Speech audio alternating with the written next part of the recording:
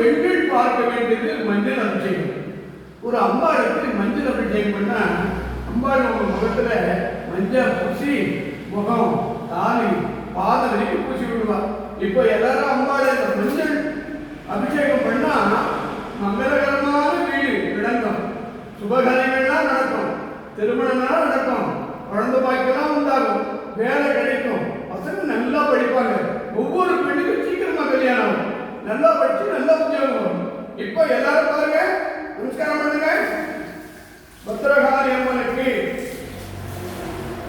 மஞ்சள் அபிஷேகம், துர்கா தேவிக்கு மஞ்சள் அபிஷேகம், உற்சவமூர்த்தி துர்கா தேவிக்கு மஞ்சள் அபிஷேகம், மகாமேருக்கு மஞ்சள் அபிஷேகம், மகாலட்சுமிக்கு மஞ்சள் அபிஷேகம். இப்போ இதை நான் பூச்சிக்கிறேன், உங்க எல்லார் நெத்திலையும் நான் எழுறேன்.